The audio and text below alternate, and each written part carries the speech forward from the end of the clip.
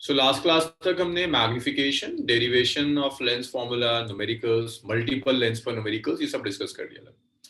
अब जो next topic है that's combination of lens. Next is combination of lenses.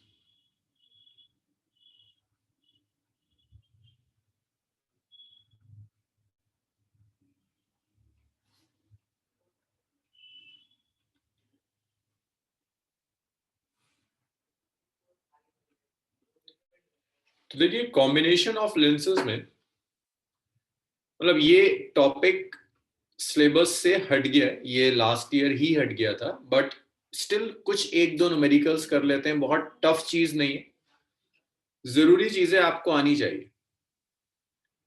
तो देखिए कॉम्बिनेशन ऑफ लेंस, अगर बैक टू बैक मैं कई लेंसेज रख दूं, कई लेंसेज हैं बैक टू बैक रखे हुए, पहले की फोकल लेंथ f1, दूसरे की फोकल लेंथ f2, ये अलग अलग ऑप्टिकल सेंटर्स दिए, तो आप क्या कर सकते हैं, दोनों लेंसेज को हटाकर एक सिंगल लेंस कनेक्ट कर सकते हैं, जो सिंगल लेंस एग्जैक्टली वही इफेक्ट प्रोड्यूस करे जो ये दोनों लेंसेज मिलके करें। तो कॉम्बिनेशन ऑफ लेंस में we can replace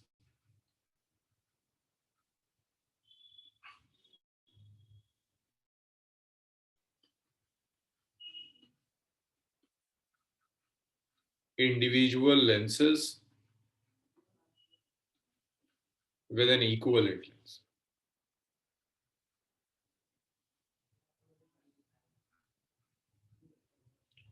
So you can, आप इसको ऐसे लिख सकते हैं that 1 by f equivalent is 1 by f1 to up to 1 by f1. So I'm not deriving this result. मैं इसको derive नहीं कर रहा. It's not a part of your syllabus. But still हम इसमें कुछ क्वेश्चंस करेंगे to be on the safe side, कि ऐसा ना हो कि यहाँ से कुछ दे दे से मिलता जुलता तो आप लोग रह जाएं। जस्ट सेफ साइड के लिए मैं आपको चीजें डिस्कस कर रहा हूँ। इसमें एक चीज का ख्याल रखिएगा, अगर कोई लेंस कॉन्केव आ जाता है कॉम्बिनेशन में, मान लीजिए 5 लेंस लगे हुए हैं, कोई एक कॉन्केव लेंस है, डाइवर्जिंग लेंस है, तो आप वहां पर फोकल लेंथ नेगेटिव ले। तो बस को ऐसे याद रखिएगा, फोकल लेंथ जब आप लेंगे, कन्वर्जिंग लेंस इज पॉजिटिव,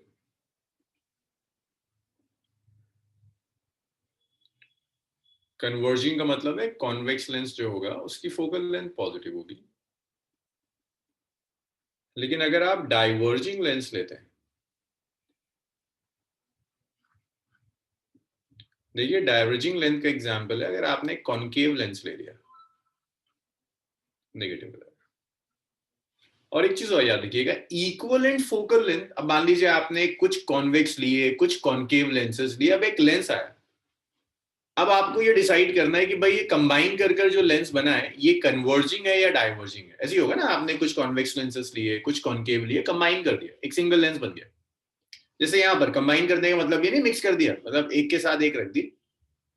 तो जो कॉम्बिनेशन है वो कॉम्बिनेशन किसी एक लेंस की तरह बिहेव करेगा, आपको डिसाइड करना है कि वो एक लेंस एग्जैक्टली होगा क्या। तो जो एक सिंगल लेंस होगा वो कन्वर्जिंग होगा अगर इक्विवेलेंट फोकल लेंथ पॉजिटिव आ रही है, वो इक्विवेलेंट लेंस डाइवर्जिंग भी होगा अगर इक्विवेलेंट फोकल लेंथ नेगेटिव आ रही है। So if F equivalent is positive,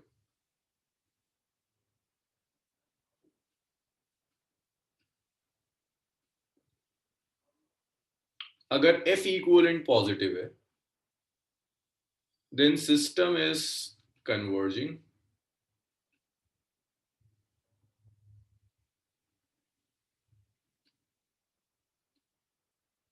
अगर एफ इक्विवेलेंट नेगेटिव है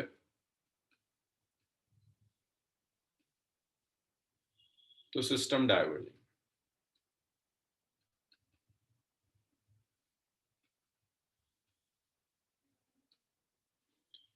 सो अगर एफ इक्विवेलेंट पॉजिटिव आ गया तो कन्वर्जिंग है सिस्टम, एफ इक्विवेलेंट नेगेटिव आ गया तो आपका सिस्टम डाइवर्जिंग है।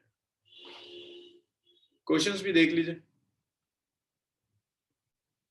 और इसी तरह से एक चीज और याद, भाई पावर और फोकल लेंथ में क्या रिलेशन होता है, जरा बताओगे मुझे, फोकल लेंथ और पावर में क्या रिलेशन होता है? एक सोहेल का आंसर आया, हबीब का आंसर, खुर्रम सब सही बता रहे हैं, नायला ठीक बता रही है, आयशा का ठीक है। तो देखिए, अबू हुरैरा का भी ठीक है, फायका का भी आंसर ठीक है। तो पावर इज जस्ट 1/फोकल लेंथ। तो जब कॉम्बिनेशन में इक्विवेलेंट फोकल लेंथ आती है 1/f1 plus f2 up to 1/fn, तो आप ऐसे लिख सकते हैं कि इक्विवेलेंट जो पावर होगी that's p1 plus p2 up to p।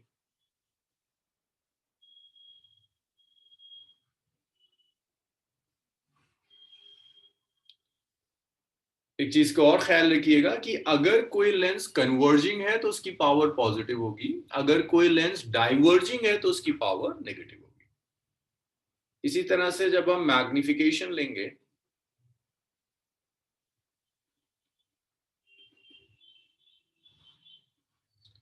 तो जो इक्विवेलेंट मैग्निफिकेशन होगी वो इंडिविजुअल मैग्निफिकेशंस को मल्टीप्लाई कर कराएगी।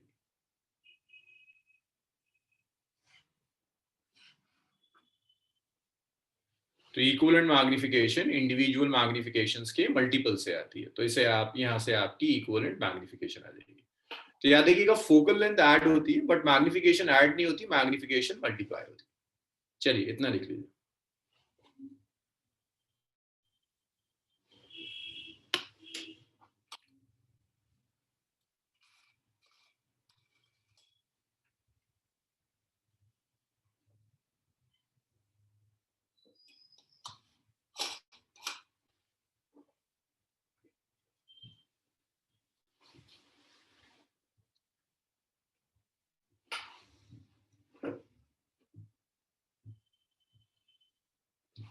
फायदा देखो ऐसा होता है, मैग्निफिकेशन होती है ना, इट्स वी बाई, ये एक लेंस के लिए। जब आप दूसरा लेंस लोगे तो दूसरे लेंस के लिए एक लेंस का इमेज डिस्टेंस दूसरे के लिए ऑब्जेक्ट डिस्टेंस के इक्वल होगा। तो जब आप टोटल मैग्निफिकेशन लेते हैं तो टोटल मैग्निफिकेशन ऐसे आ जाएगी, ये ना एक लेंस है उसके लिए v2/u2 आ गया, पहला वाला लेंस था उसकी इमेज डिस्टेंस v1/u1 है, तो ये अल्टीमेटली मैग्निफिकेशन मल्टीप्लाई हो रही है। इसकी जो डेरिवेशन है ये आपको ऑप्टिकल इंस्ट्रूमेंट में दिख जाएगी। फाइव ऑप्टिकल इंस्ट्रूमेंट में याद रखना, अभी तो ये टाइम वेस्टेज होगा इसको डेराइव करके दिखाना। जब मैं ऑप्टिकल इंस्ट्रूमेंट कराऊंगा आपको कंपाउंड माइक्रोस्कोप, तो आपको दिखेगा कि अच्छा दो मैग्निफिकेशंस एक्चुअल में मल्टीप्लाई हो रही, वहां दिख जाएगा आपकी चीज। तो सिलेबस का पार्ट नहीं है तो उसको डेराइव करने में कोई फायदा नहीं है। चल इतना लिख लिया आप लोगों ने?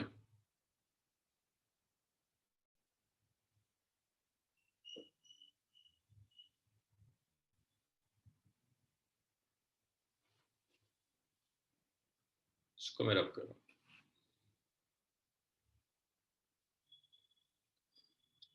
So a convex lens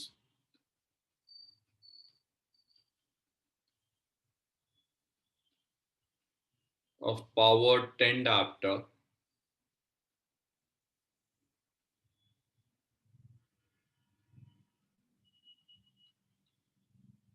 of power minus 5D diopter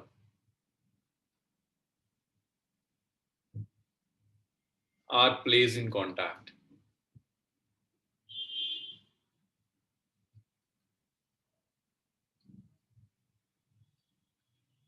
Calculate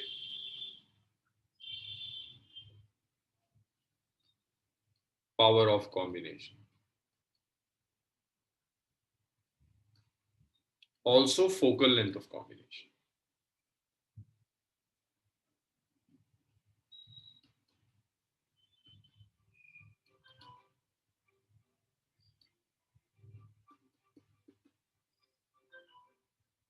चलिए सॉल्व करिए।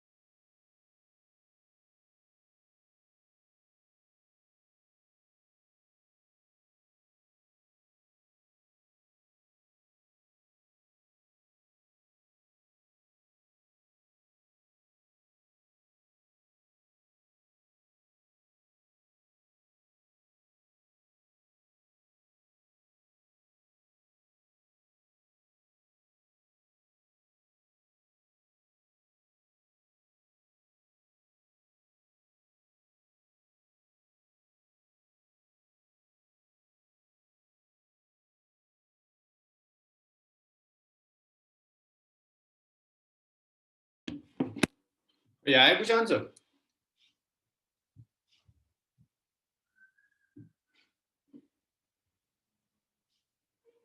हाँ नायला आपका सही है। नायला यूनिट चेक कीजिए। अच्छा और किसी से हो ही नहीं रहा, हद है। हाँ आयशा आपका सही, यूनिट भी सही है। नायला आप ना फोकल लेंथ की यूनिट में गड़बड़ कर रही है, अब सही है। हबीब पावर तो ठीक है यार, फोकल लेंथ में कुछ गड़बड़ कर रहे हो।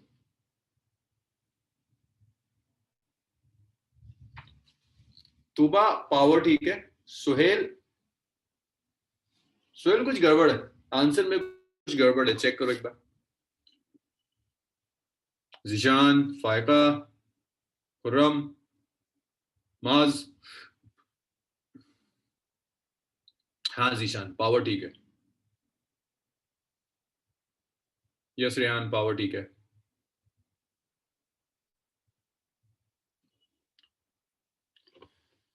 हाँ मास पावर ठीक आ रहा है, good. Abu Hurairah focal length, यार फोकल लेंथ में कुछ गड़बड़ है, फोकल लेंथ गड़बड़ है अबू हुरैरा। भाई देखिए, ऐसे निकालो, इक्विवेलेंट जो पावर होगी ये क्या होती है, P1 प्लस P2। एक मिनट,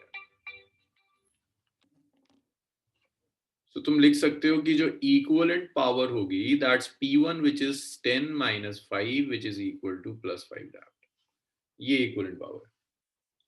अब अगर इक्विवेलेंट पावर आ गई ना तो इक्विवेलेंट फोकल लेंथ डायरेक्ट निकाल दो। मतलब तुम ये मत करना कि इसके लिए पहले फोकल लेंथ निकालो फिर इसके लिए फोकल लेंथ निकालो फिर ऐड करो। अरे इक्विवेलेंट पावर आ गई, इक्विवेलेंट फोकल लेंथ निकाल दो, 1/इक्विवेलेंट पावर, 1/5 आ जाएगा। 1/5 कितना होता है, 0.2 मीटर। तो एक ये आ गया equivalent power, equivalent focal length आ गई। हाँ इतना हुआ तो बताइए।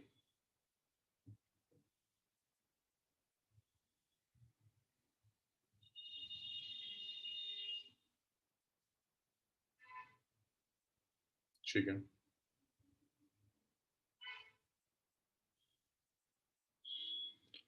हाँ बुरा ना, और एलसीएम भी लोगे यार तब भी तो आंसर परफेक्ट नहीं पड़ना चाहिए। लाइक तुम यही तो करोगे, पहले की फोकल लेंथ निकालोगे 1/10 मीटर, 0.1 सेंटीमीटर, फिर दूसरे की निकालोगे, फिर 1/f1 प्लस n/f2 लेकर सॉल्व करोगे।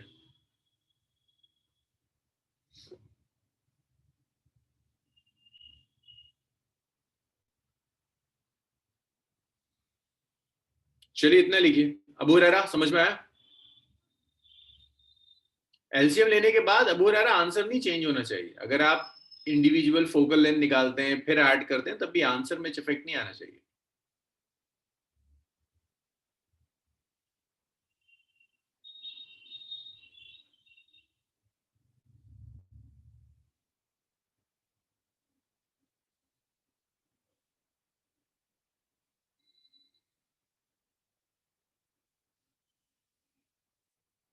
चलिए लिख लिया अपना, इसको रब कर। कॉम्बिनेशन की फोकल लेंथ कैलकुलेट करने के बाद नेक्स्ट जो टॉपिक है,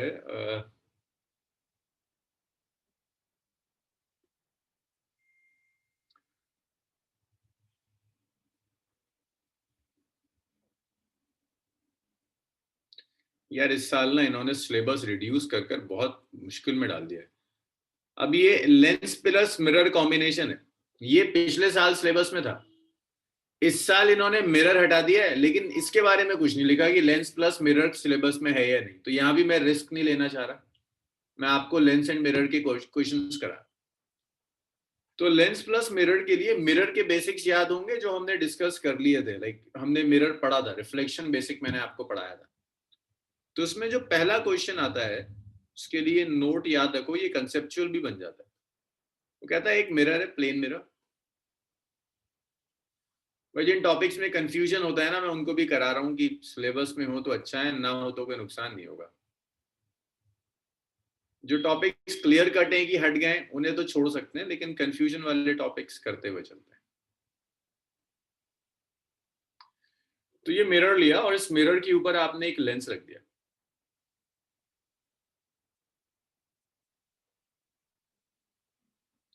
ये फोकस है लेंस का।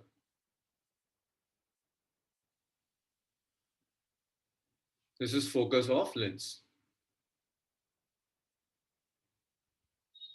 This is focus of the lens. तो यह होगा क्या, अगर आपने लेंस के फोकस पर ऑब्जेक्ट रख दी, तो बहुत ढंग से देखना, अगले न्यूमेरिकल में आपको ये फैक्ट यूज करना है।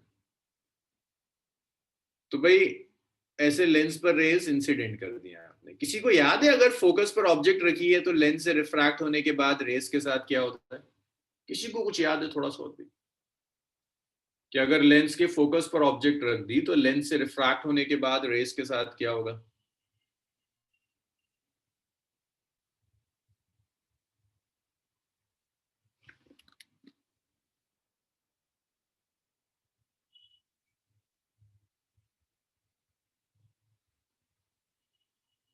हाँ जी, रेज ऐसे गई, पैरेलल हो जाएंगी, पैरेलल टू प्रिंसिपल एक्सिस हो जाएंगी। Very good. अब ये बताओ, अगर ये rays parallel to principal axis हो गई और ये रे मिरर पर नॉर्मली इंसिडेंट हो रही है, तो कोई बताएगा मुझे, अगर रेज मिरर पर नॉर्मल इंसिडेंट है तो रिफ्लेक्शन के बाद क्या होता है?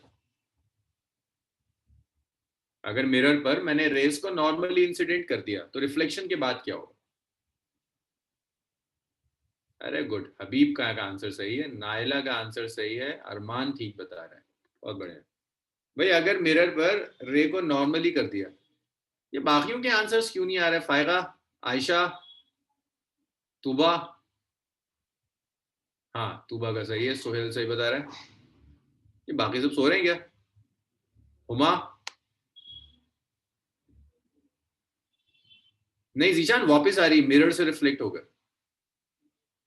माज, आमना। अरे भाई मिरर को स्ट्राइक करेगी रे तो क्या होगा? पाथ रिट्रेस हो जाएगा, रिफ्लेक्ट बैक होगी ना। अगर मिरर पर नॉर्मली, भाई एक मिरर है, मिरर पर तुम रे को नॉर्मली इंसिडेंट करोगे तो वापस चला जाएगा। अब एक चीज याद रखना, अगर ये रे वापस आई ना, तो अब पैरेलल रेज फिर से लेंस से पास होंगी, तो मुझे बताओगे अगर पैरेलल रेज आप लेंस पर इंसिडेंट कर दें तो क्या होता है रेज के साथ? अच्छा ये भी कोई नहीं बताएगा। पैरेलल रेज अगर मैं लेंस पर इंसिडेंट कर दूं तो रिफ्रैक्शन के बाद क्या होता है? हम्म। सो अगर लेंस पर मैं पैरेलल रे इंसिडेंट कर दूं तो ये रेस कन्वर्ज होने के बाद फोकस पर मिलेगी। कन्वर्ज होने के बाद ये रेस फोकस पर मिलेगी। तो देख रहे हो, जहां ऑब्जेक्ट है वहीं इमेज। सो इस चीज को हम न्यूमेरिकल्स में ऐसे यूज करेंगे कि if object is placed at the focus of lens plus mirror,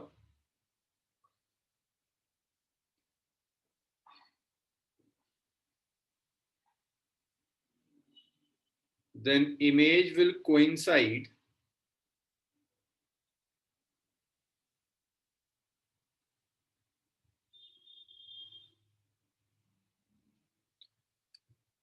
so अगर ऑब्जेक्ट को वहीं रख दिया जहां फोकस पर, अगर ऑब्जेक्ट को रख दिया तो इमेज और ऑब्जेक्ट कोइंसाइड कर देगी। इसके ऊपर नेक्स्ट क्वेश्चन होगा, इतना लिख लीजिए फिर क्वेश्चन लिखना शुरू कर।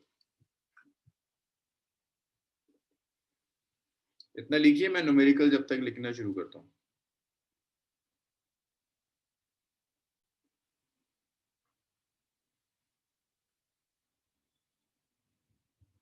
भाई जल्दी जल्दी लिखना, बहुत लेंदी क्वेश्चन है।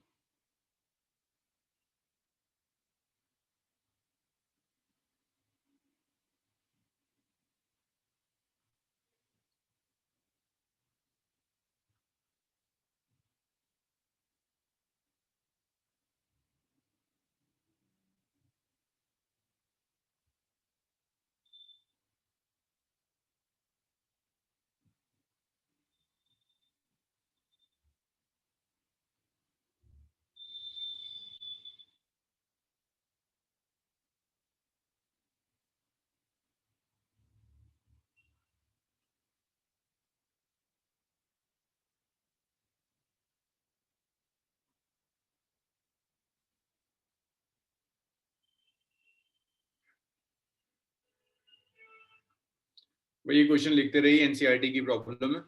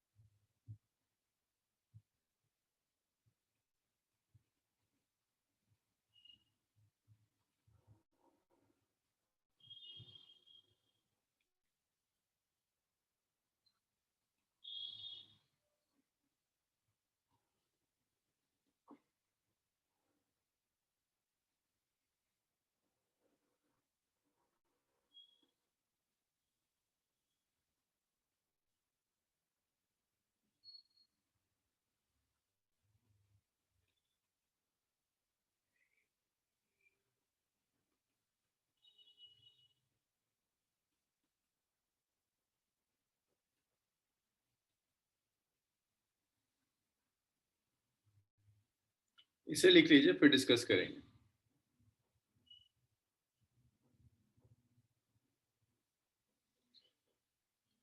इसके बाद मेरे पास जगह नहीं बची है, मैं यहाँ लिख रहा हूँ। ये क्वेश्चन बोर्ड्स में आ चुका है, ये मेरे ख्याल से 2018 में आया था। 2018, हाँ शायद 18 में आया था क्वेश्चन।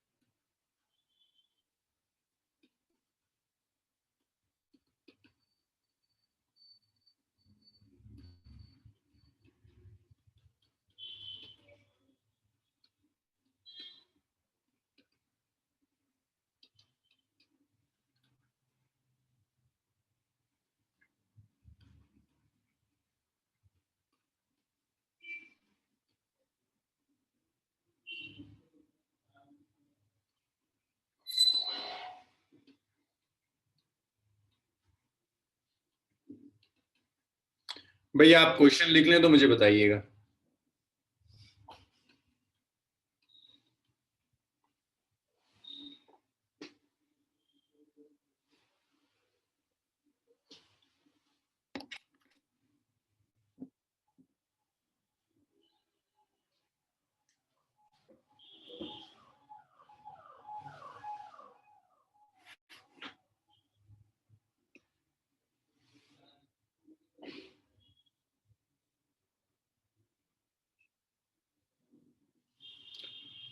भाई क्वेश्चन लिख लें आप लोग तो मुझे बताइएगा, इसे रब करते हैं फिर सॉल्व करना स्टार्ट करें।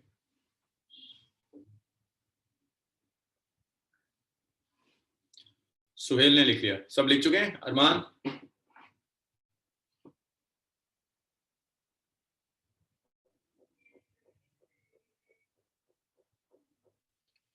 चलो अरमान जब लिख लो तो मुझे बताना। जल्दी जल्दी लिखो।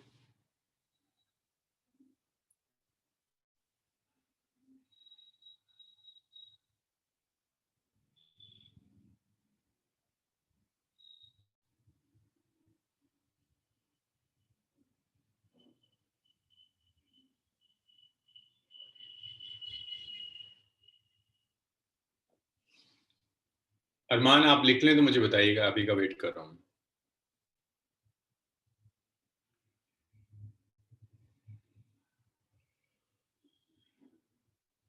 चलिए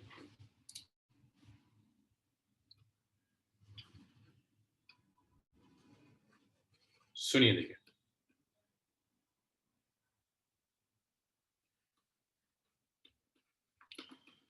तो देखिए वो आपसे कहता है कि ये कॉन्वेक्स लेंस है, ये ग्लास लेंस है। और यहां ना कुछ लिक्विड डाल दिया उसने। ये प्लेन मिरर है, प्लेन मिरर और ग्लास लेंस के बीच में लिक्विड डाल दिया।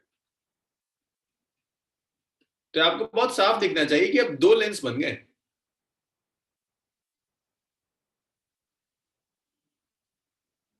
एक लिक्विड का लेंस भी है और एक ग्लास लेंस भी है, तो दो लेंसेज हैं आपके पास, लिक्विड लेंस और ग्लास लेंस।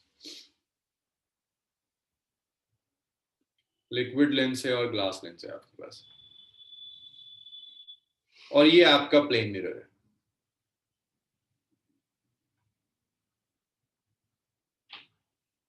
ये आपका प्लेन मिरर हो गया। सो आपने क्या किया, अब कॉम्बिनेशन है दो लेंसेज का, एक ग्लास लेंस और लिक्विड लेंस। वो कहता है इस कॉम्बिनेशन के फोकस पे रखा, ये फोकस है ऑफ कॉम्बिनेशन। तो जहां ऑब्जेक्ट रखी वहां इमेज आ गई, और इन लेंसेज से ये जो सेपरेशन है ये ए दिया हुआ है। अब मुझे बताओगे ये ए किसकी फोकल लेंथ है? ग्लास की फोकल लेंथ है। ये कॉम्बिनेशन लिखा है मैंने। ए फोकल लेंथ किसकी है? ग्लास लेंस की, लिक्विड लेंस की, या कॉम्बिनेशन की? मुझे आंसर दिखे आप लोगों का। क्या लगता है आपको, ए किसकी फोकल लेंथ है? ग्लास लेंस, लिक्विड लेंस, या कॉम्बिनेशन?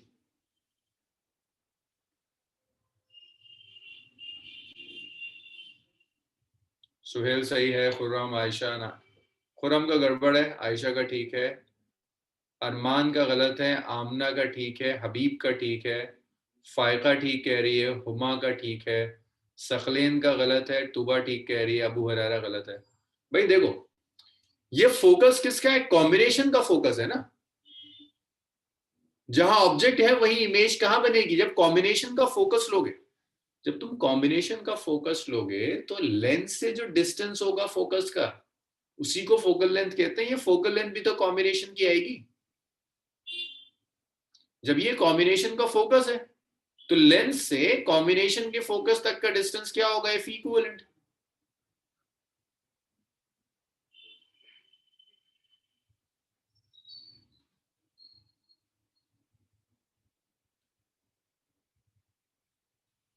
कॉम्बिनेशन की फोकल लेंथ। सो यहां से आपको ये मिल गया, ए कॉम्बिनेशन की फोकल लेंथ। अब वो कहता है कि इसको भाई, इसके मुझे ना सही मायनों में दो डायग्राम बनाने चाहिए। दो डायग्राम दिए हुए क्वेश्चन में, जो लैंग्वेज दी है उससे दो डायग्राम बनते हैं। भाई एक बार लिक्विड था, फिर उसने कहा कि ये मिरर है, लिक्विड हटा दिया।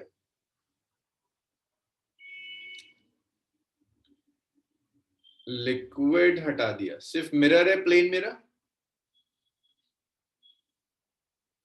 और ये ग्लास लेंस।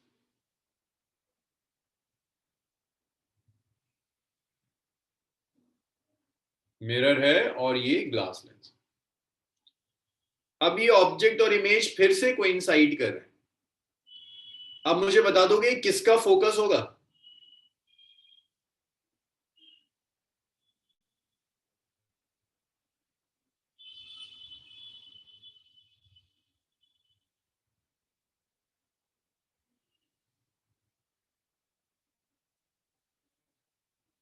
वेरी गुड, ये फोकस है ग्लास लेंस का।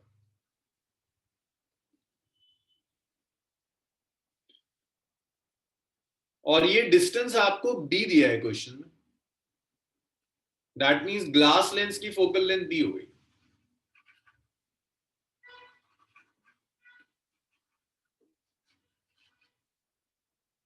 ग्लास लेंस की फोकल लेंथ दी हो गई।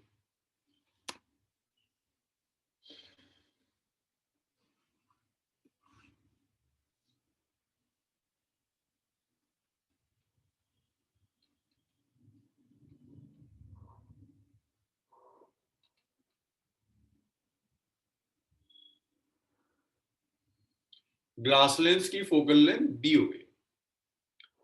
अच्छा, अब मुझे बता सकते हो लिक्विड एफ एल जो है focal length of liquid lens है? को मुझे बता सकता है लिक्विड लेंस की फोकल लेंथ कैसे निकालूं? मुझे एफ इक्विवेलेंट दिया है, मुझे ग्लास लेंस की फोकल लेंथ दी है, लिक्विड लेंस की फोकल लेंथ निकालनी है। कुछ आ रहा है दिमाग में कैसे आ सकता है? नहीं नहीं नहीं, आयशा नहीं, आयशा नहीं, नहीं नहीं, ऐसे नहीं, ऐसे नहीं। ए माइनस बी नहीं, वन बाय था ना, वन बाय एफ इक्विवेलेंट था, one by F glass. Plus 1/f liquid, तो 1/f इक्वलेंट इज, हाँ combination formula 1/f glass is 1/a और 1/f लिक्विड तो पता नहीं, तो यहां से 1/f लिक्विड आ गया 1/a माइनस 1/b, तो यहां से focal length of liquid lens आ गई ए बी, आप एलसीएम ले लीजिए b माइनस ए,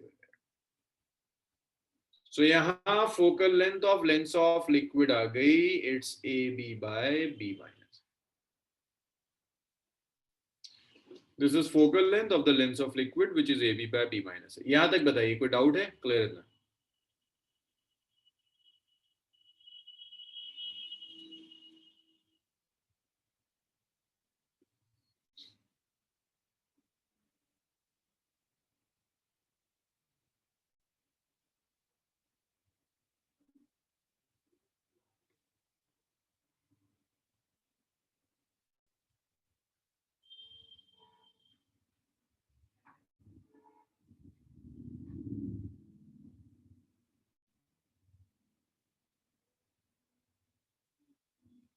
यहां तक लिख ली, फिर रिफ्रैक्टिव इंडेक्स सोचेंगे कि लिक्विड वाले लेंस का रिफ्रैक्टिव इंडेक्स कैसे निकालें, इतना लिख डालिए, और इसमें कोई परेशानी है तो बताइए।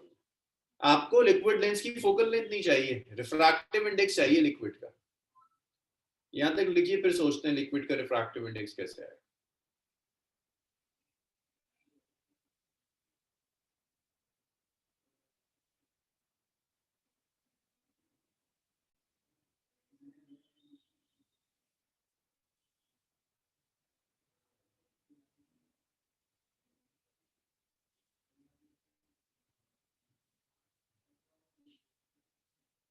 भाई इतना लिख लीजिएगा तो बताइएगा मुझे।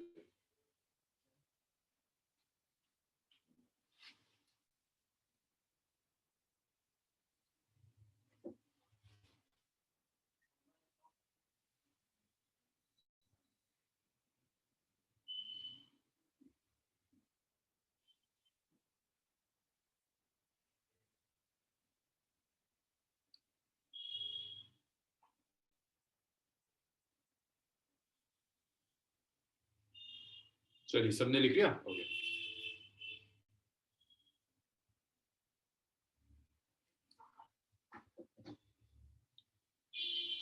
चलिए यहाँ तक लिख चुके हैं,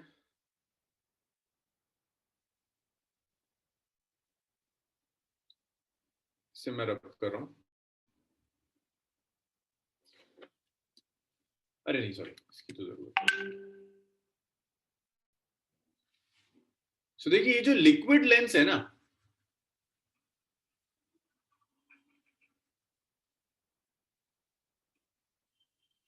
ये जो लिक्विड का लेंस है, इसकी फोकस, इसका रिफ्रैक्टिव इंडेक्स चाहिए, तो जरा देखकर बता सकते हो, ये जो लिक्विड का लेंस है ना, जो ब्लू सा दिख रहा है, ये वाला है लिक्विड का लेंस, ये वाला, ये लिक्विड लेंस है, यहां से लेकर यहां तक, कैसा शेप दिख रहा है इसका, शेप कैसा लग रहा है इसको देख के? अच्छा कुछ दिख ही नहीं रहा, हाँ प्लेनो कॉनकेव, बहुत बढ़िया, very good, plano concave. So liquid lens is plano concave, तो लिक्विड का जो लेंस है that is basically a plano concave lens. अब जो प्लेनो कॉनकेव लेंस में उसमें फोकल लेंथ देखिए, देखिए ये सेंटर ऑफ कर्वेचर है, ये रेडियस ऑफ कर्वेचर आ गया पहली सरफेस का, दूसरी सरफेस का आप जानते हैं प्लेन सरफेस है, नेगेटिव होगा, लाइट ऐसे आ रही है, आप ऐसे जाएंगे तो रेडियस कर्वेचर नेगेटिव आ जाएगा, तो फोकल लेंथ जो होगी, इसका यही रिलेशन होता है ना, n2 by n1 minus 1, 1 by r1 minus 1 by r, तो focal length of liquid lens तो आप जानते हैं A B by B minus,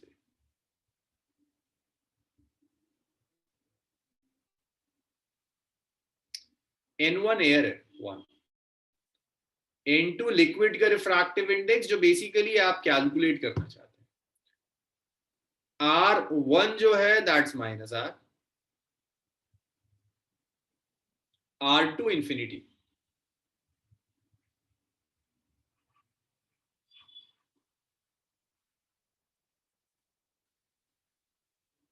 अब जब आप वैल्यूज रख दीजिए यहाँ सब कुछ और मुझे बता दीजिए जरा सा कि एनएल कितना आ रहा है, इतनी तो कैलकुलेशन करो। अब ऐसा तो नहीं हो सकता है कि सब मैं सॉल्व करके रख दूं। करो करो, इतनी कैलकुलेशन तो करके देखो।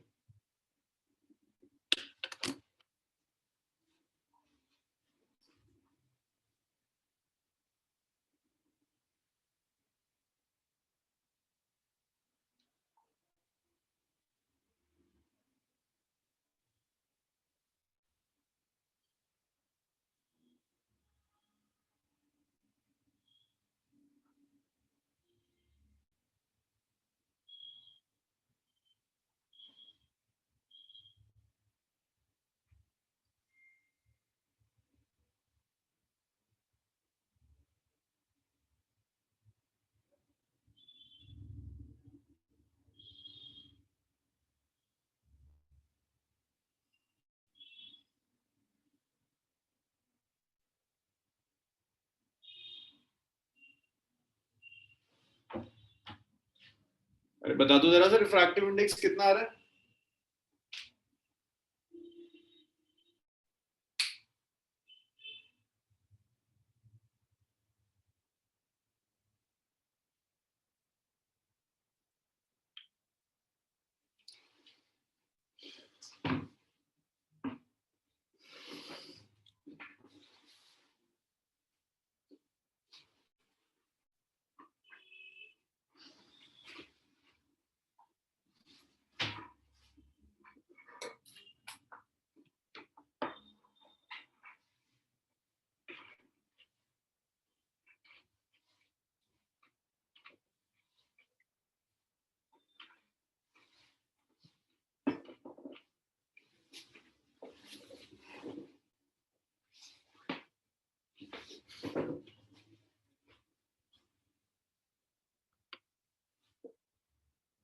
भैया आया कुछ आंसर?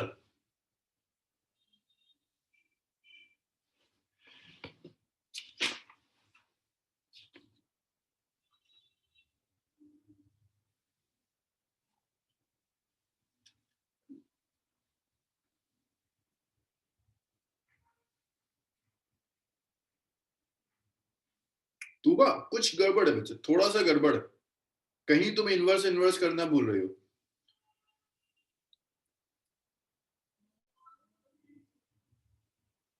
हाँ आयशा शायद सही है तुम्हारा।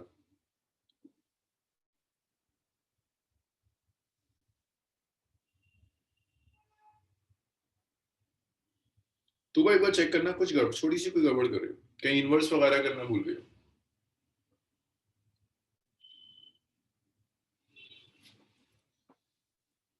आयशा तुम्हारे में ना एक नेगेटिव साइन की मुझे गड़बड़ दिख रही है। फर्स्ट टर्म नेगेटिव होनी चाहिए मेरे ख्याल में और सेकंड टर्म पॉजिटिव होनी चाहिए।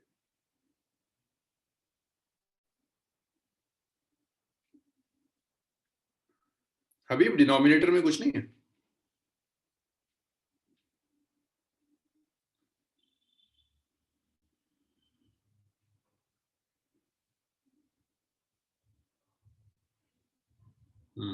ठीक है आयशा, फिर ठीक है। फिर ठीक है अगर आपने वो गलती से लिख दिया। और बाकी लोग इतना अलजेब्रा भी नहीं होके दे रहा। नायला कुछ मेजर मिस्टेक कर रही हैं आप, बहुत मेजर मिस्टेक कर रही हैं, दोबारा चेक कीजिए कैलकुलेशन। रेहान आर कहाँ गया? ना ना कैलकुलेशन है तुम, छोटी सी कैलकुलेशन में इतनी बड़ी बड़ी मिस्टेक्स कैसे कर सकते हो तुम लोग?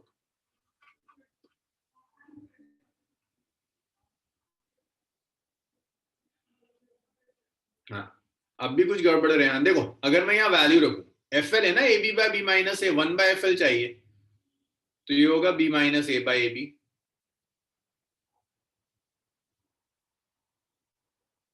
N two by N one, N liquid minus one, one by R one, one bye.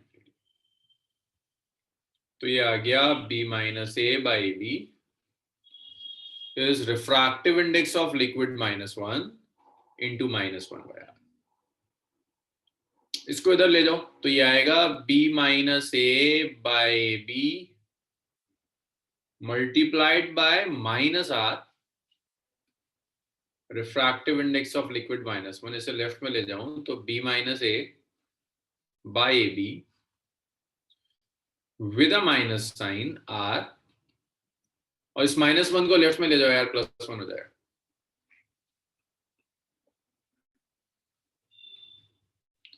Refractive index, तो ये लिक्विड का रिफ्रैक्टिव इंडेक्स होगा B - A by AB into -R + 1 is refractive index of the liquid. भाई बताइए, यहां तक clear है?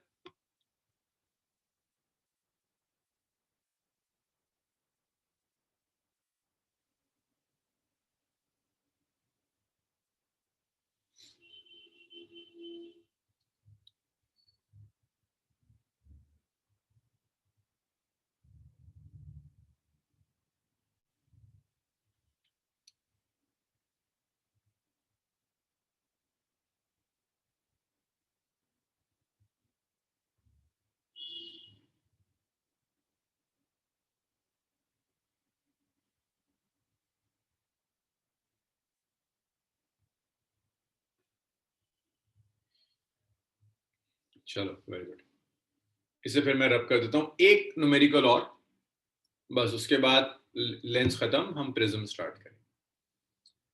एक आखिरी न्यूमेरिकल।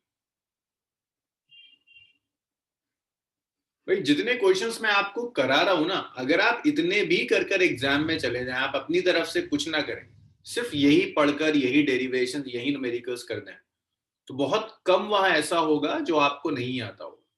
देखो फिजिक्स में थोड़ी बहुत तो प्रैक्टिस की जरूरत होती है, बट हर टाइप का न्यूमेरिकल मैं लेके चल रहा हूँ। बहुत कम ऐसा होगा कि चीजें आपको नहीं आती होंगी, अगर आप उतना भी कर दें जितना मैं क्लास में करा रहा हूँ।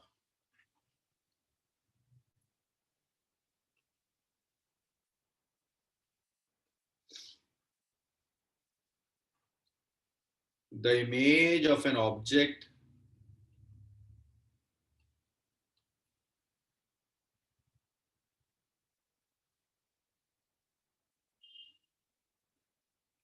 formed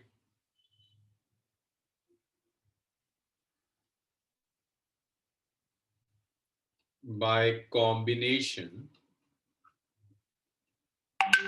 of convex lens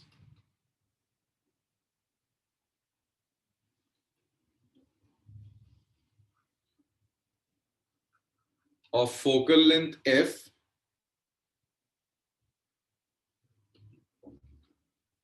भाई इसमें मैं उम्मीद करूंगा कि सारा आप करें, मेरी कोई जरूरत ना हो आपको, and convex mirror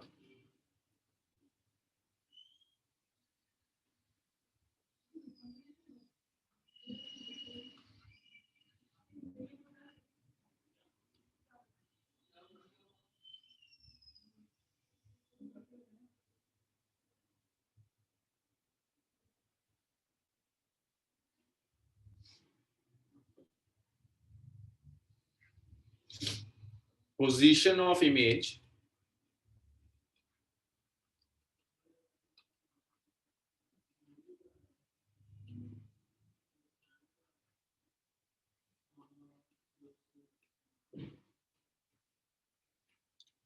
combined with the object.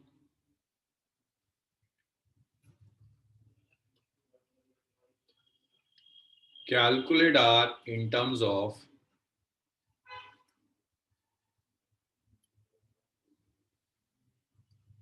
A, D and focal length.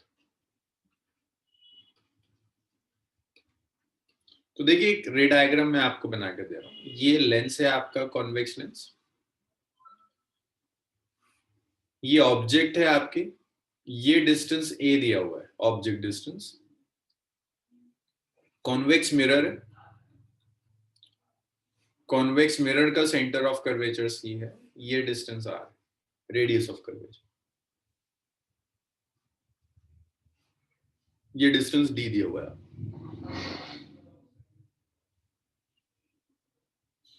चलिए सॉल्व करिए, मुझे बताइए इसमें क्या है।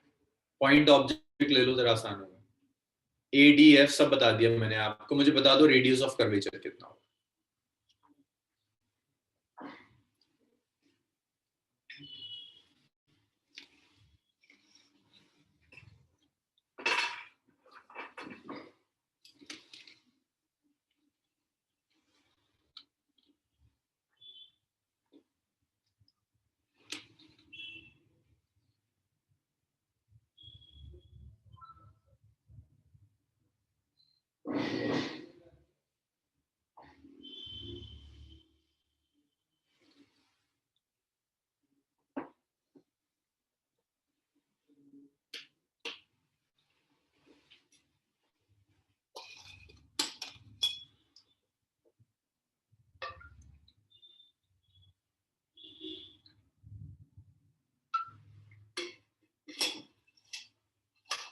करिए करिए, थोड़ी अपनी अकल लगाइए,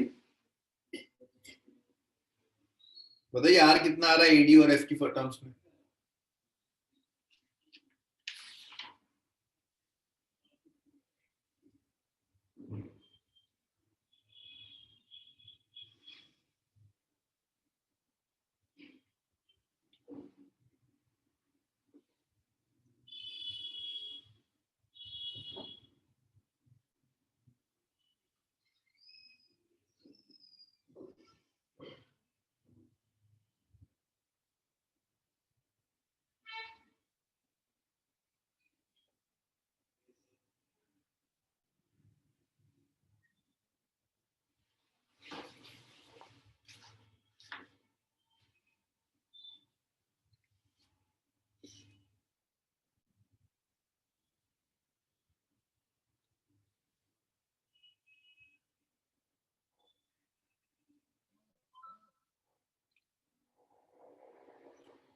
अगर ना हो रहा हो ना, बिल्कुल हिम्मत हार गई हो तो लिख देना, बेवजह टाइम वेस्ट करने से कोई फायदा नहीं, फिर मैं करूंगा। चलो गुड, फायका का कुछ आंसर आया?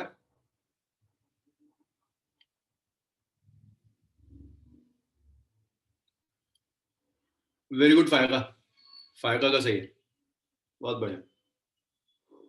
और किसी का आंसर?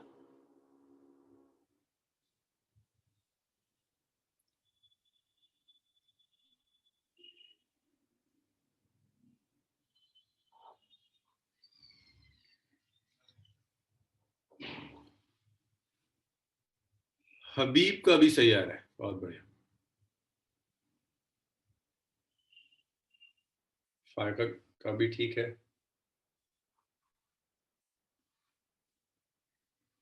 तो देखिए, ये ऑब्जेक्ट रखी है, ये सेंटर ऑफ कर्वेचर है मिरर का। वो आपसे कह रहा है ऑब्जेक्ट और इमेज दोनों एक दूसरे के साथ कोइंसाइड कर रही है। तो देखो, इस प्रॉब्लम को सोचते ऐसे हैं कि फाइनल इमेज तो ये मिरर से रिफ्लेक्ट होकर आएगी। मिरर रेस को रिफ्लेक्ट बैक कब करता है? जब रेज उसके सेंटर ऑफ कर्वेचर पर इंसिडेंट हो। तो आप एक काम कीजिए, देखिए ये लिया आपने ऑब्जेक्ट, ऐसे करके रेज आपने इंसिडेंट कर दी,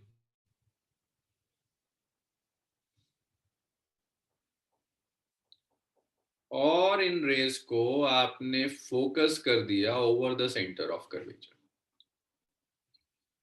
ये रे आपने ऐसे इंसिडेंट की और इन्हें सेंट, ऑब्जेक्ट की पोजीशन ऐसी ली कि जो लेंस की जो इमेज है वो सेंटर ऑफ कर्वेचर पर बने। बट देखो, ये तो पॉलिश्ड है ना, यहां से तो आगे रे जा नहीं सकती। बट कुछ याद है, अगर मैं मिरर के सेंटर ऑफ कर्वेचर पर रे को इंसिडेंट कर दूं तो क्या होता है रे के साथ?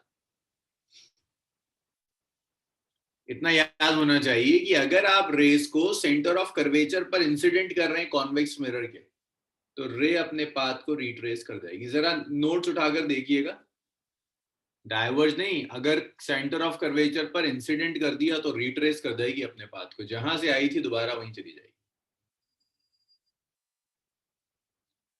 जहां से आई थी रे दोबारा वहीं चली जाएगी, अगर सेंटर ऑफ कर्वेचर पर इंसिडेंट है। तो आप जानते हैं ये डिस्टेंस ऑब्जेक्ट डिस्टेंस है, लेंस के लिए दिया हुआ है। ये डिस्टेंस इमेज डिस्टेंस है लेंस के लिए, जो आपको कैलकुलेट करना है। तो अगर आप लेंस लोगे, लेंस के लिए ऑब्जेक्ट डिस्टेंस कितना है? माइनस है। लेंस के लिए मुझे इमेज डिस्टेंस कैलकुलेट करना है। लेंस की फोकल लेंथ एफ दी हुई है, कॉन्वेक्स लेंस से फोकल लेंथ पॉजिटिव होती है। जरा लेंस फॉर्मूला लगा दो, 1/v minus 1/u is 1/f। 1/v आ गया 1/f प्लस 1/u। 1/v आ गया 1/f माइनस 1/a। 1/v आ गया LCM is af a minus f। v आ गया af by a minus f।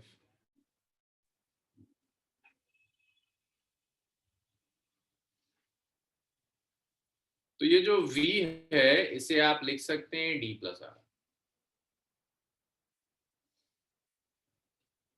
It's af by a minus f is d plus R. तो r आ गया af bye minus F. हाँ जी बताइए, clear है ना?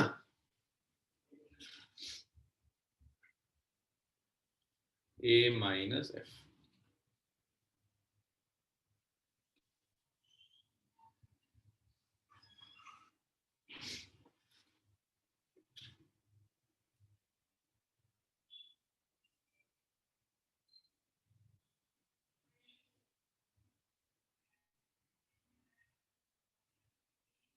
भाई क्लियर है तो बताइए इतना, फिर आगे बढ़ेंगे।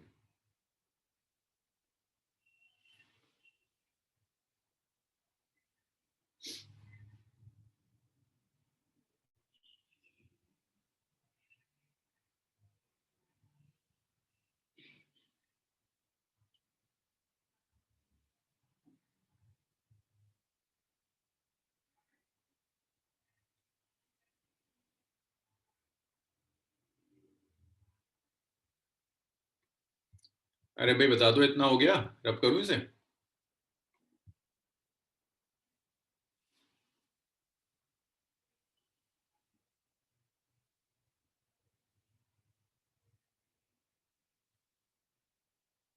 देखिए देखिए देखिए निशान, देखिए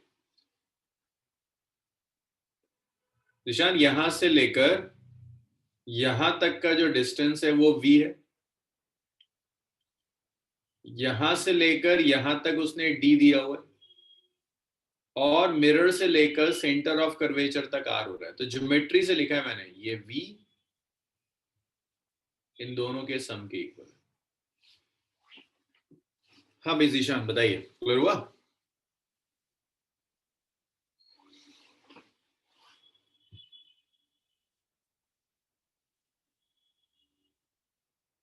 चलिए इसे रब कर देते।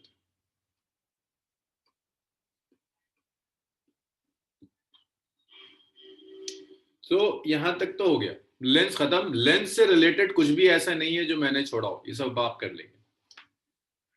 नेक्स्ट टॉपिक है प्रिज्म।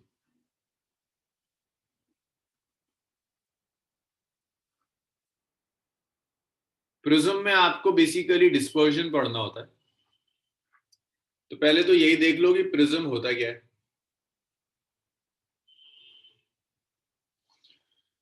प्रिज्म में आप दो सरफेसेस लेंगे, प्लेन सरफेसेस, और उन्हें किसी एंगल पे रख देंगे। मतलब एक ग्लास लिया ऐसा और एक लिया ऐसे, उठा के रख दिया, ये आपका प्रिज्म बनेगा। प्लेन रख दिया अगर आपने, दोनों को पैरेलल रख दिया तो प्रिज्म नहीं बनता, ग्लास स्लैब बनता है। प्रिज्म के लिए किसी एंगल पर होना चाहिए।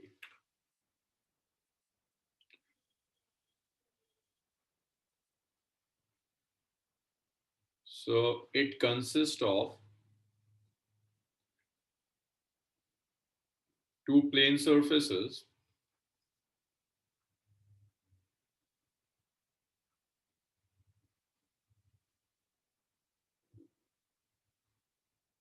inclined at some angle.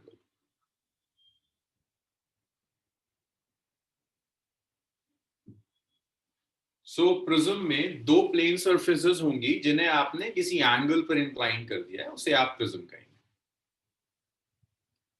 तो एक प्लेन सरफेस ऐसी, दूसरी प्लेन सरफेस, इन्हें किसी एंगल पर आपने इंक्लाइन कर दिया, इसे आप प्रिज्म कहते हैं। और ये जो दो प्लेन सरफेसेस के बीच का एंगल है ये वाला, इसे हम ए से रिप्रेजेंट करेंगे, और इसे हम कहते हैं this is angle of prism. This angle is known as angle of prism A. तो ये प्रिज्म है। ये जो फेस है प्रिज्म का, एक फेस से लाइट आएगी दूसरे से बाहर जाएगी, इसे इंसिडेंट फेस कहते हैं,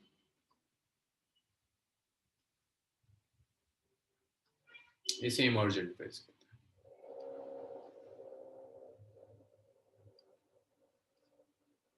तो ये जो लाइन दिख रही है ना, ये एक लाइन नहीं है, पूरा फेस है ऐसा। आपको सिर्फ टॉप व्यू दिख रहा है इसलिए लाइन दिख रही है। मेरे पास कुछ है नहीं कि मैं आपको दिखाता, ये ऐसे कर है, आपको सिर्फ टॉप दिख रहा है, एक्चुअल में पूरा फेस है ये जो लाइन दिख रही है ना ये वाली, ये लाइन नहीं है, पूरा फेस है एक ऐसे करके, ऐसा एक फेस है, इसका आपको सिर्फ टॉप व्यू दिख रहा है तो आपको लाइन नजर आए। तो प्रिज्म 3 डायमेंशनल ऑब्जेक्ट होती है, खिंचा हुआ लंबा प्रिज्म होता है। चलिए, ये अगर आपके समझ में आया प्रिज्म क्या होता है।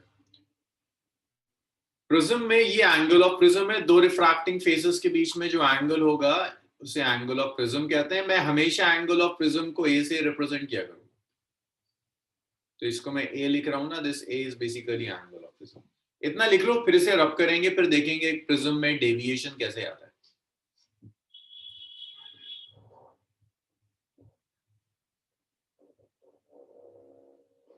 एंगल सेम क्यू, कौन सा एंगल सेम है फाई का? At some angle, some angle.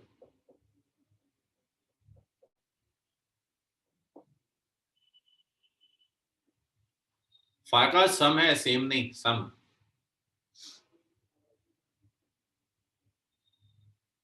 चलो जी, रब कर दूं इसको।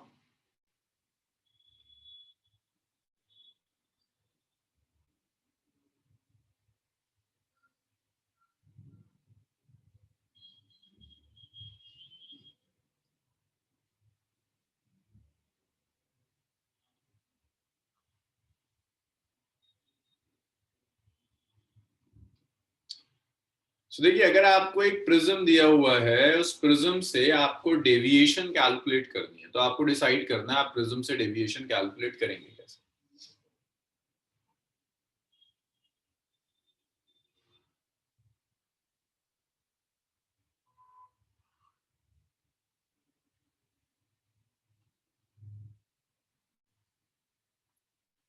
तो देखिए, आपने यहां पर एक रे इंसिडेंट की, दिस इज इंसिडेंट रे।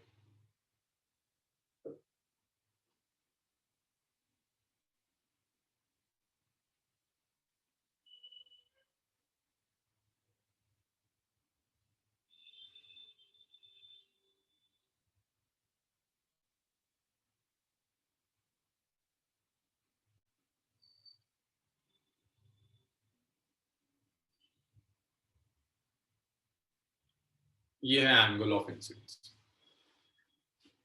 ये प्रिज्म के लिए एंगल ऑफ इंसिडेंस। देखिए, अगर रिफ्रैक्शन ना होता तो ये रे ऐसे कर कर स्ट्रेट जाती, रिफ्रैक्शन ना होता तो ये रे बिल्कुल स्ट्रेट जा रही होती। लेकिन देख रहे हो, रेयर से डेंसर रे रिफ्रैक्ट कर रही है, तो रे कहां बेंड हो जाएगी टुवर्ड्स द नॉर्मल, तो रे ऐसे कुछ बेंड होगी। ये आया angle, angle of refraction are.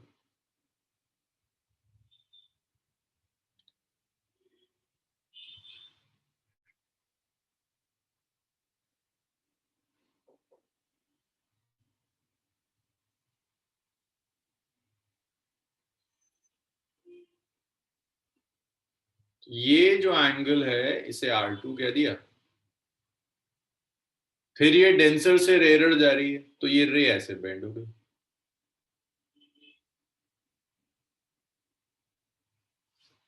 सो देखिएगा जरा, इसे इंसिडेंट रे कहते हैं। आप इसे कहोगे दिस इज योर इमर्जेंट रे, दिस इज योर इमर्जेंट रे, and this is angle of emergence. ये R1 R2, असल में ये तो है, तो ये इंसिडेंट इस फेस के लिए, ये रिफ्रैक्शन है, लेकिन प्रिज्म के अंदर के एंगल्स को R से रिप्रेजेंट करते हैं। ये एंगल ऑफ इंसिडेंस हो गया, ये angle of emergence. This is angle of emergence. This is angle of incidence.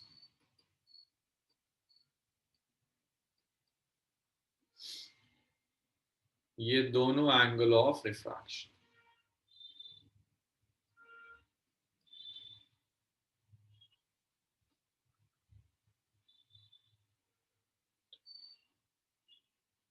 This is the angle of prism which is A. Deviation देखो, डेविएशन का क्या मतलब, अगर रिफ्रैक्शन ना होता तो ये रे स्ट्रेट जाती,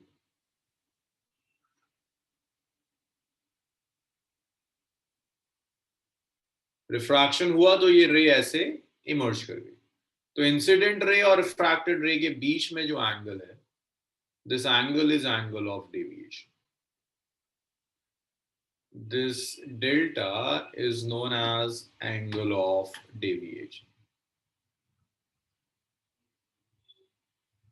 इंसिडेंट रे और ये जो इमर्जेंट रे है ना, अगर रिफ्रैक्शन ना होता तो ये रे ऐसे जाती है, रिफ्रैक्शन के बाद ऐसे जा रही है, तो इंसिडेंट और इमर्जेंट रे के बीच में जो एंगल है ये है एंगल ऑफ डेविएशन. तो इसमें सारा काम, सारा खेल इस एंगल ऑफ डेविएशन को कैलकुलेट करने. तो जैसे रिफ्रैक्शन में मेन काम था ना, रिफ्रैक्शन देखना, ऑब्जेक्ट डिस्टेंस कैलकुलेट करना, इमेज डिस्टेंस कैलकुलेट करना, रिफ्रैक्टिव इंडिसेस के साथ डील करना. यह आपका मेन काम होगा किसी तरह से इस एंगल ऑफ डेविएशन के साथ डील करना, इसे calculate.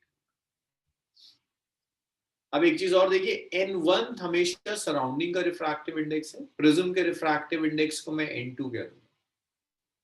n2 is refractive index of prism. n1 is refractive index of surrounding.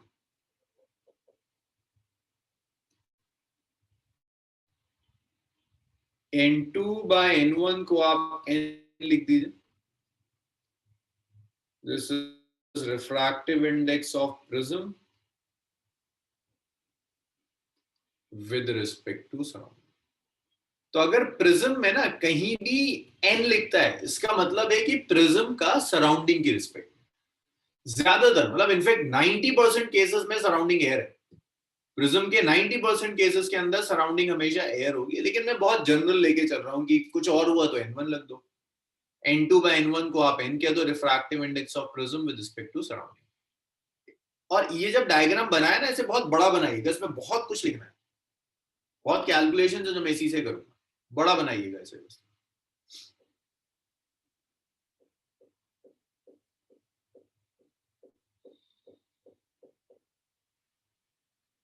जब आप ये डायग्राम बना लें तो मुझे बताइएगा, सारी कैलकुलेशन इस डायग्राम से ही होगी.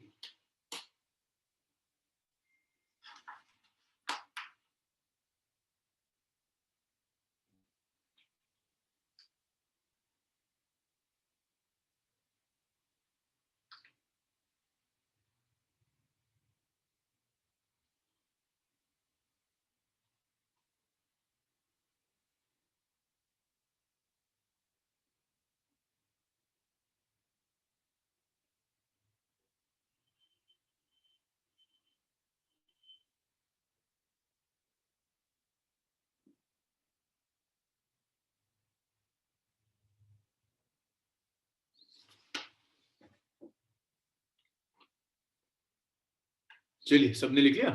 अब देखिए करना क्या है. देखो ये I है और ये R1 है, तो मुझे बता सकते हो ये कितना होगा. भाई देखो, ये तो पूरा I के इक्वल होगा, वर्टिकली ऑपोजिट एंगल. ढंग से देखना, ये पूरा I है, वर्टिकली ऑपोजिट एंगल. ये कितना है?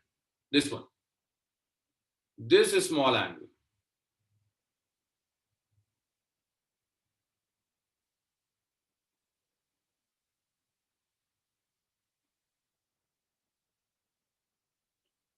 I minus R. इसी तरह से देखो, ये पूरा E होगा, ये R2 निकाल दिया, ये आ जाएगा E माइनस R2. पॉइंट्स को कुछ नाम दे देते हैं. इसे मैं N कह देता हूं, इसे मैं P कह देता हूं, इसे मैं Q कह देता हूं. अब बहुत ढंग से देखना, छोटी छोटी सी ज्योमेट्री यूज करनी है. अगर मैं यूज कर रहा हूं ट्राइंगल PQN, PQN में मुझे बता दो एक्सटीरियर एंगल कौन सा है. इतना बता दो मुझे कि PQN ट्राइंगल में एक्सटीरियर एंगल कौन सा है. Which one is the exterior angle? Delta, ये वाला. गुड, डेल्टा है ना, ये एक्सटीरियर एंगल. और ये भी आपको याद होगा कि exterior angle interior opposite angles के सम के इक्वल होता है. तो डेल्टा है I minus R1 plus E minus R2. ये एक्सटीरियर एंगल है, ये इंटीरियर एंगल है. तो अगर ये ट्राइंगल है और ये ट्राइंगल का एक्सटीरियर एंगल, तो एक्सटीरियर इन दोनों इंटीरियर एंगल के सम के इक्वल हो. एक्सटीरियर दोनों इंटीरियर एंगल्स के सम के इक्वल. सो जो डेल्टा आएगा, that's I plus E minus R1 plus R2, I plus E minus of R1 plus R2, that's delta deviation.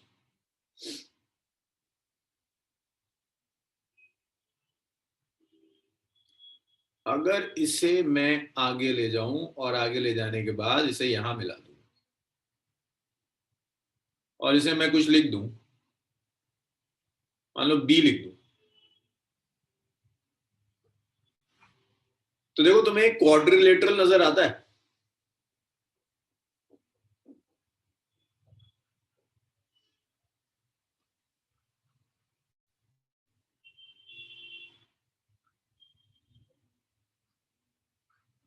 भाई ये क्वाड्रिलेटरल सबको नजर आ रहा है?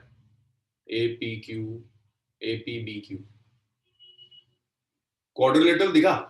अच्छा, अब क्वाड्रिलेटरल की ना एक प्रॉपर्टी आपने कभी सुनी होगी क्लास, जूनियर क्लासेस में, कि ऑपोजिट एंगल्स का सम 180 डिग्री होता है। जैसे ये एंगल है और ये एंगल भी, इन दोनों का सम मिला के 180 डिग्री होगा। ये और ये वाला, इन दोनों का सम 180 डिग्री। इसे मैं सेकेंड इक्वेशन कह देता हूं।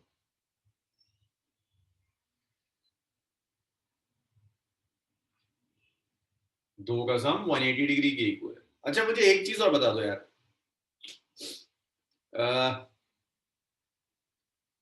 एक ट्राइंगल दिख रहा होगा तुम्हें, इन ट्राइंगल PQB, PQB, इसमें इन तीनों एंगल का सम R1 R2 और B तीनों का सम 180 होगा। भाई ट्राइंगल के तीन एंगल का सम 180 आता है। ये बता दो मुझे, इक्वेशन 2 और इक्वेशन 3 में तो किसी को प्रॉब्लम नहीं है?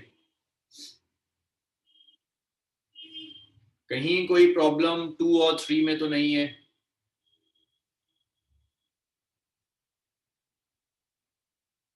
Very good.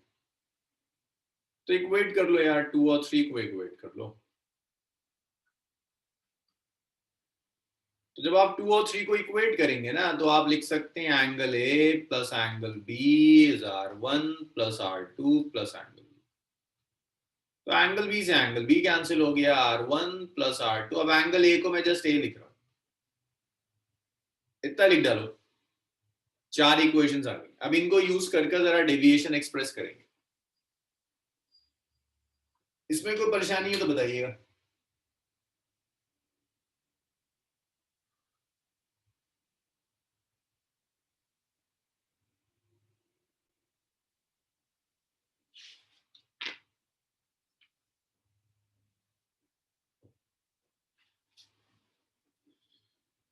जब इतना हो जाए मुझे बताइएगा, इसे रब करते हैं, कुछ छोटी छोटी कैलकुलेशंस और हैं।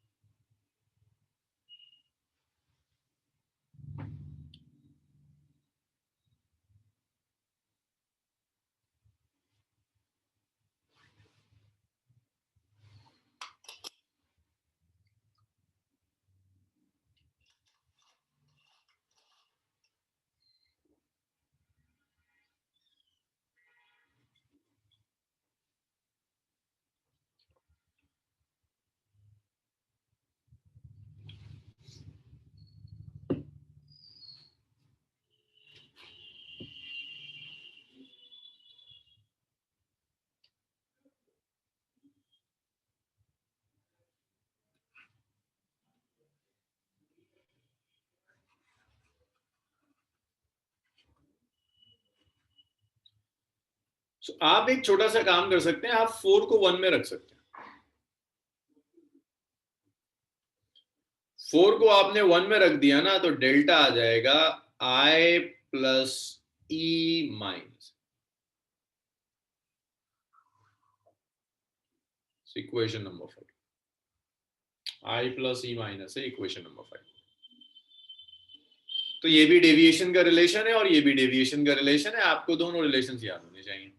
अब इसके बाद एक काम और कर रहे हैं भाई, अगर मैं आपसे कह रहा हूं कि अगर प्रिज्म एंगल स्मॉल है,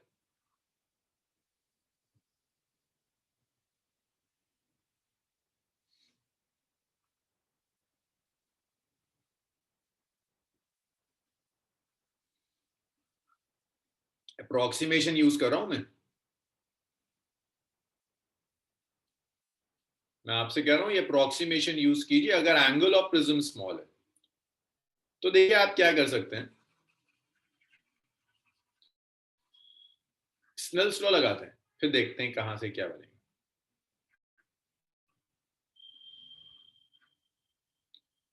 इसे याद रखना फिफ्थ को। हाँ, स्नेल्स लॉ एट पी लगाते हैं।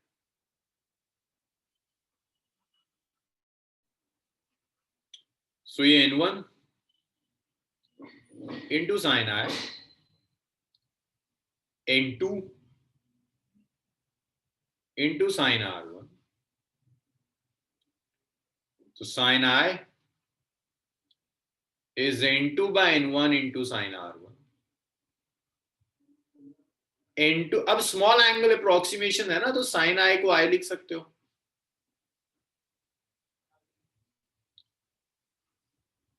साइन r1 को ऑलमोस्ट r1 लिख सकते हो, n2 by n1 को n लिख सकते हो।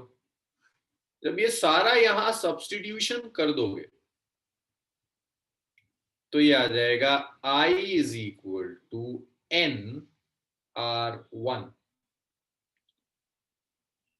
That's my first equation, not first equation, कितनी हो गई थी ये, 5 हो गई थी, सिक्स्थ इक्वेशन।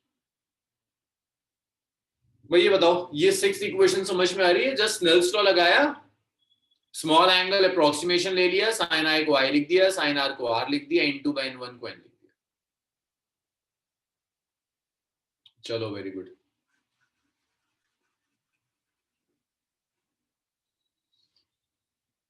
अब इसी तरह से अगर मैं आपसे कहूं स्नेल्स लॉ लगा दीजिए,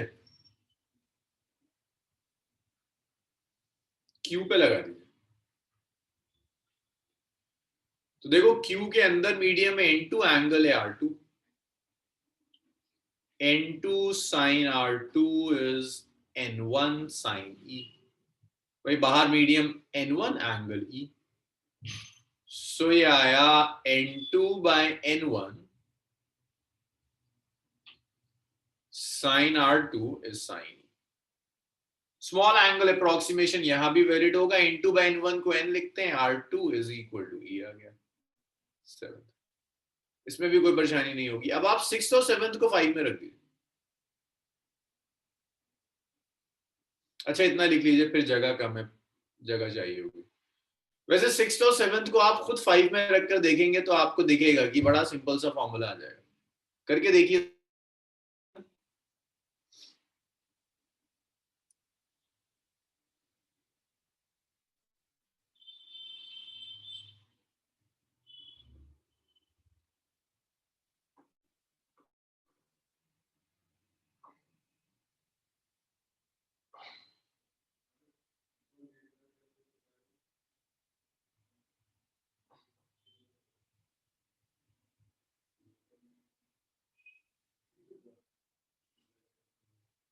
इतना लिख लो तो मुझे बताओ, उसको रब करते हैं।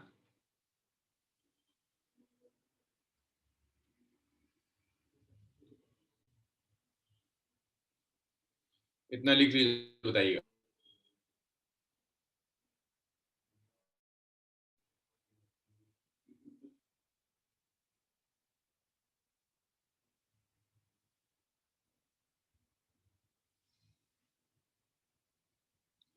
नहीं रहा, हाँ हबीब सही आ रहा है। R1 प्लस R2 को ये लिख दो ना, R1 प्लस R2 जो आ रहा है उसे ये लिख दीजिए।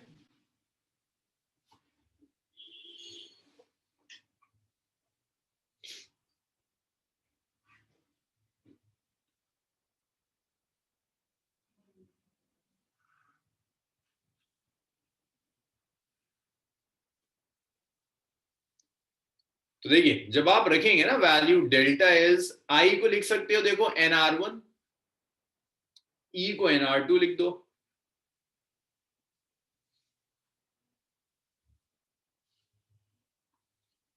माइनस ए लिख दीजिए। Delta is N r1 plus r2 minus A, r1 plus r2 is A N A minus A, delta आ गया ए एन माइनस। तो ये डेविएशन है. Deviation is a into n-1 where a is angle of prism, n is refractive index. So this is the deviation. तो prism के case में इतना deviation होगा, angle of prism multiplied by n-1. बताइए, इतना क्लियर है?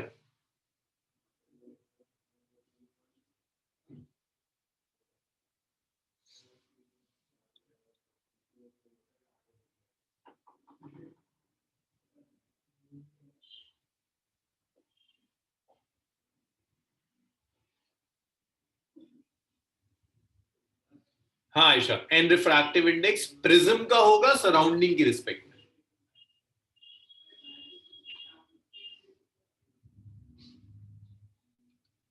तो मैंने पहले लिखा था ना, रिफ्रैक्टिव इंडेक्स है प्रिज्म का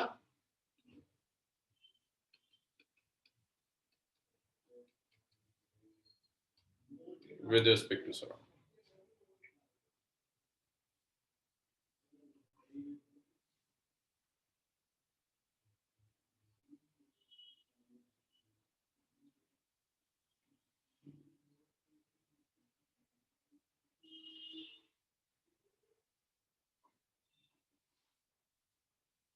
चलिए रब कर दूं इसे.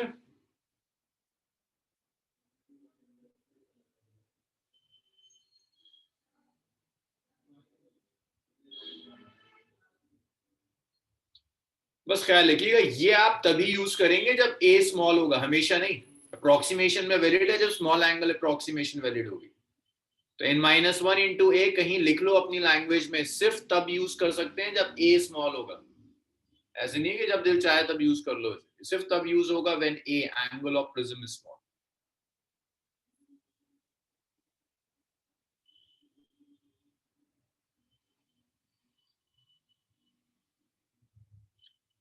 चलिए इसको मैं रब कर रहा हूं.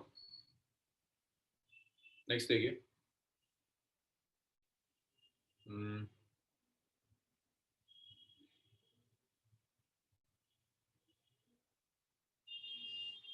इसमें ना एक ग्राफ पूछ लेता है.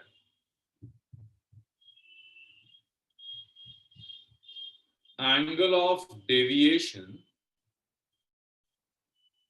Versus angle of incidence graph.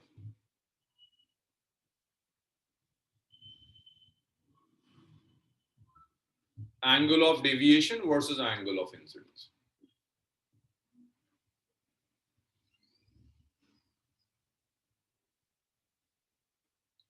So this is angle of incidence, this is angle of deviation.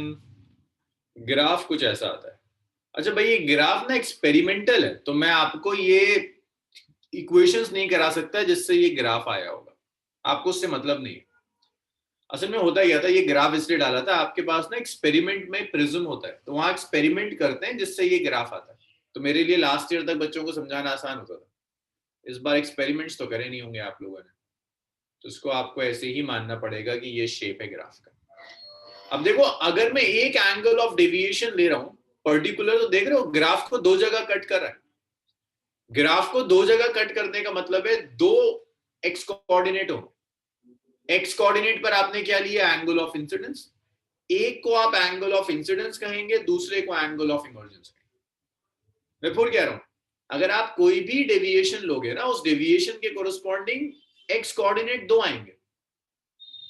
X coordinate का क्या मतलब है, एंगल ऑफ इंसिडेंस. एक एंगल ऑफ इंसिडेंस है, दूसरा एंगल ऑफ इमर्जेंस. और यहां देख रहे हो, ये जो मिनिमम डेविएशन है, दिस इज मिनिमम डेविएशन. इस मिनिमम डेविएशन पर आई और ई दोनों सेम आ रहे हैं. इतना ड्रॉ कर लीजिए.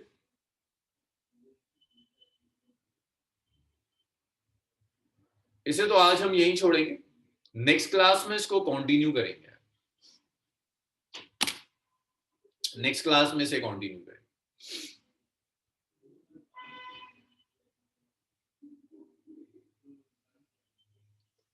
चलिए इसको आज यहीं छोड़ते हैं, नेक्स्ट क्लास में इसे कंटिन्यू करेंगे.